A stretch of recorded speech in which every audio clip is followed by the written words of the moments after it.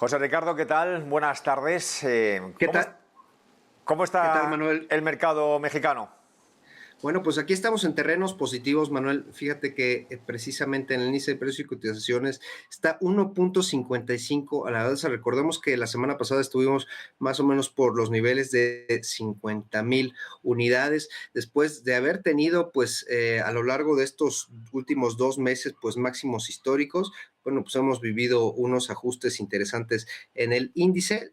Hoy, pues, ya está siguiendo a los pares norteamericanos. Por otro lado, es importante resaltar que el tipo de cambio está sufriendo una ligera apreciación. La semana pasada, recordemos, estábamos en niveles de 20, 19 aproximadamente pesos por cada dólar. El día de hoy se está componiendo el tipo de cambio 19 pesos con 97 centavos por cada dólar. Es interesante también apreciar cuáles son las principales alzas que tenemos y quién las está dando. Las tenemos por parte de emisoras dedicadas al sector aeronáutico, como lo es Volaris, que ya hemos platicado mucho de esta aerolínea que es de las más fuertes aquí en México, junto con Aeroméxico.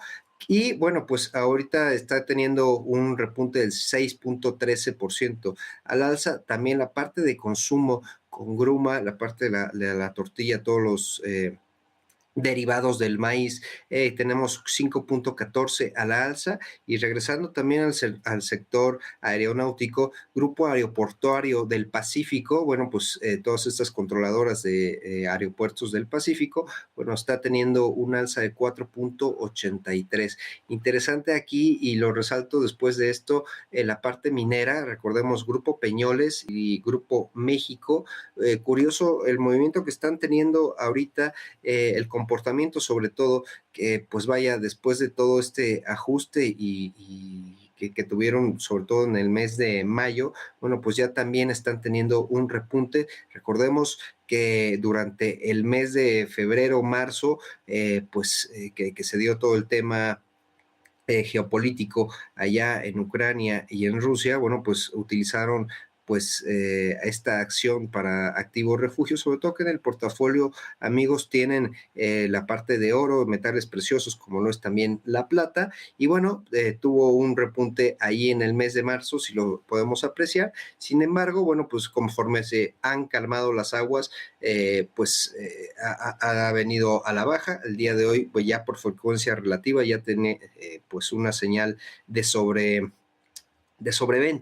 y la cual pues al día de hoy, estas últimas 3 sesiones del mercado, desde el viernes, pues ha tenido un ligero comportamiento. Si vemos aquí la correlación, bueno, pues aquí abajo está lo que es Grupo Peñoles y aquí arriba es Grupo México. Y bueno, pues así las cosas en el mercado mexicano, mi querido Manuel. Las principales bajas las tenemos en Qualitas, esta agencia de seguros, con 1.86 a la baja. Grupo Electra, que recordemos que Grupo Electra también tiene la parte financiera con Banco Azteca, no únicamente la parte comercial. Estos tiendas de almacenes que es muy curioso su comportamiento a nivel consolidado. Y bueno, la parte también financiera, esta es 100% financiera, con Grupo Banbajío, Banco Banbajío, con 0.52 a la baja. Y así, pues, como está la situación en el mercado mexicano, Manuel, amigos.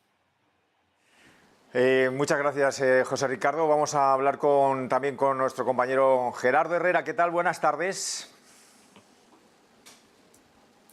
Muy buenas tardes en España, muy buenos días en México. Bueno, pues el día de hoy vamos a comentar algo que ya habíamos anunciado, que ya habíamos previsto la semana pasada. Ante un dato pues realmente alto de inflación, lo comentamos la semana pasada en México, 7.3. El jueves pasado, jueves 12 de mayo, el Banco Central pues tomó una decisión de tasas de interés que, como veremos en un momento a cuadro, pasamos de 6.50 de la tasa de referencia del Banco Central a 7% de la tasa de referencia, 50 puntos base. Ahora, es importante recordar esto. El Banco de México había ido pues en forma paulatina, y este incremento de 50 puntos base pues efectivamente nos ayuda a entender cómo el Banco Central de México está percibiendo la amenaza de la inflación. Creo que definitivamente en concordancia con la preocupación de la Reserva Federal de Estados Unidos, el Banco Central en México, cuyo objetivo, cuyo mandato principal es la contención de la inflación. Recordemos, amigos, que mientras que hay bancos centrales que tienen mandatos dobles, contener la inflación y fomentar el empleo o fomentar el crecimiento, el Banco de México solo tiene un mandato de control de la inflación. El cuadro nos ayuda a situar esto en perspectiva. Prácticamente la tasa de interés de referencia en México está ya a niveles de cómo estábamos en febrero, marzo del 2020, previo al inicio de la pandemia. México no ha terminado de recuperarse económicamente del shock de la pandemia, pero nuestra tasa de interés ya se recuperó al nivel prepandemia. Así de grave es la preocupación por la inflación. No es el nivel más alto que hemos tenido en la última década. En 2018 teníamos niveles de 8.25. Pero, pues, ¿qué puedo decir? Todavía estamos en mayo y es algo que el sector aquí da por cierto que habrá más alzas de tasas, entonces posiblemente lleguemos a los niveles de 8, 8.5 para finales de año. Gerardo, quería preguntarte, a ver, la decisión aquí son subgobernadores los que conforman precisamente la Junta de Gobierno y la gobernadora. ¿Fue unánime la decisión de incrementar 50 puntos básicos la tasa? A ver, estupenda pregunta, José Ricardo. Son efectivamente 4 miembros de la Junta de Gobierno. El voto fue unánime, sí, por incrementar, pero aquí hubo una diferencia y una vez más nos habla de que incluso en la Junta de Gobierno del Banco Central, pues a lo mejor ya empieza a haber cierta preocupación por controlar la inflación en forma más urgente. Mientras que 4 de los integrantes votaron a 50 puntos base, una de las integrantes, Irene Espinosa, una de las subgobernadoras, quería 3/4 de punto, quería 75 puntos base, o sea, subir de 6.50 a 7.25. Alguna vez comentamos que en general la alza de 25 puntos base es lo que se considera normal para que el mercado financiero pueda ir asimilando el impacto. 50 puntos base pues ya se considera una medida contundente, no voy a decir que agresiva, pero sí fuerte. 75 puntos base definitivamente sería agresivo. Fue ya una subgobernadora. Veremos si en las siguientes reuniones del Banco Central en México más subgobernadores se unen a esta tendencia de 50 puntos base no es suficiente. Vamos por más para contener la inflación. Oye, Gerardo, pero entiendo que Jonathan Hill, que es uno de los subgobernadores, estaba viendo precisamente y haciendo hincapié de que era necesario incrementar esta tasa. ¿Por qué la decisión de ir tan esporádico y no incrementar ya el 75%? ¿Cuáles son los impactos que está teniendo esta alza de tasas, sobre todo en la parte de los financiamientos, Gerardo?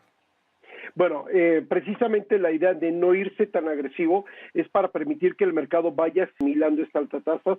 Definitivamente ya se empieza a ver en mercado de consumo, ¿sí?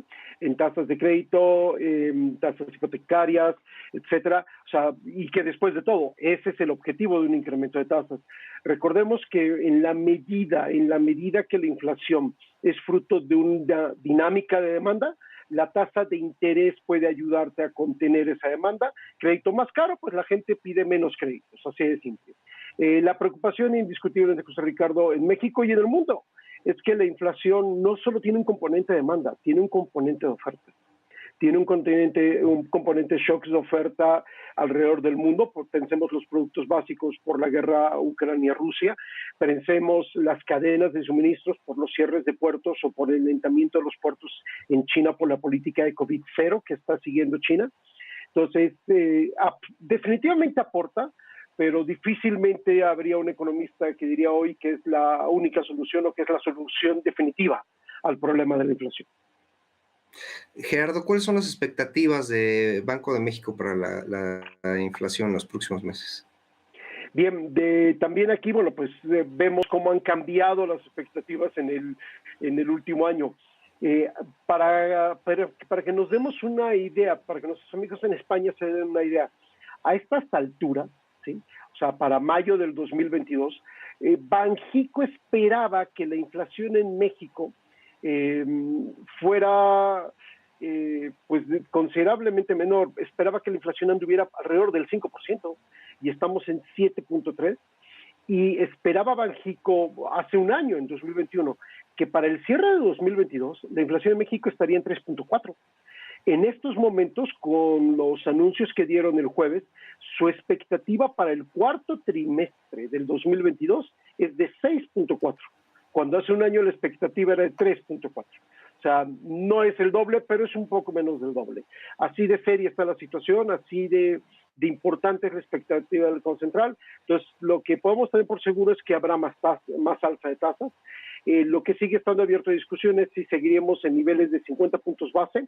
Nos veremos a 25 puntos base en caso de que el Banco Central sienta que la inflación se está controlando, o se asome la posibilidad de alzas de 75 puntos base, lo cual se consideraría casi unánimemente como un poco agresivo. Y finalmente, Gerardo, ya habíamos entendido por parte de la presidencia, pues este programa antiinflación que nada que ver, control de precios, digámoslo así. Pero ¿qué otras cosas está haciendo el gobierno precisamente para mitigar esta inflación?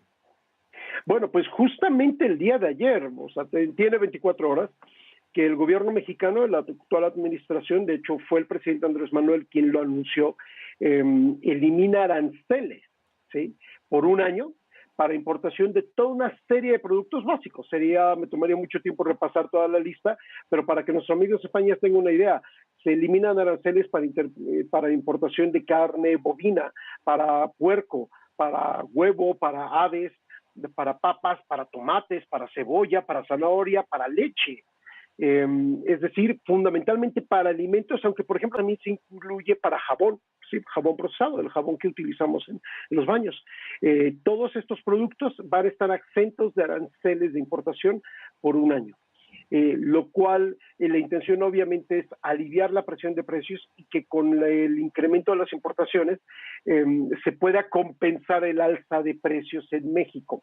Esto definitivamente ayudará a las familias más necesitadas, bueno, ayudará al bolsillo de todas las familias mexicanas, pero sobre todo aquellas que gastan más proporción de su ingreso en los productos básicos. Y no es casualidad que sea abrumadoramente alimentos, porque como comentamos justamente hace una semana, la mayor inflación está en la parte de alimentos, mientras que la inflación general de México está en 7.3. La parte de alimentos, la parte de los no subyacentes, energía y agropecuarios, estaba estaba un poquito más del 9%. Entonces, definitivamente, el gobierno mexicano está tomando muy en serio su objetivo de controlar la inflación y sobre todo proteger el ingreso de las familias más necesitadas.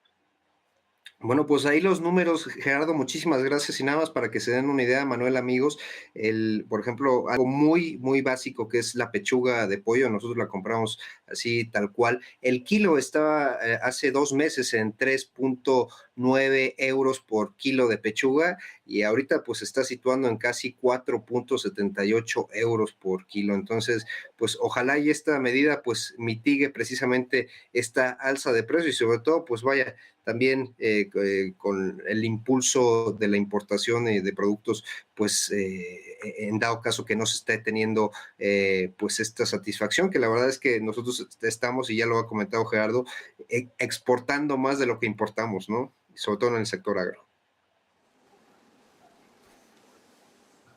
Bueno, José Ricardo, Gerardo, gracias. Buenas tardes. Buenas tardes, Manuel. Un gran saludo a España.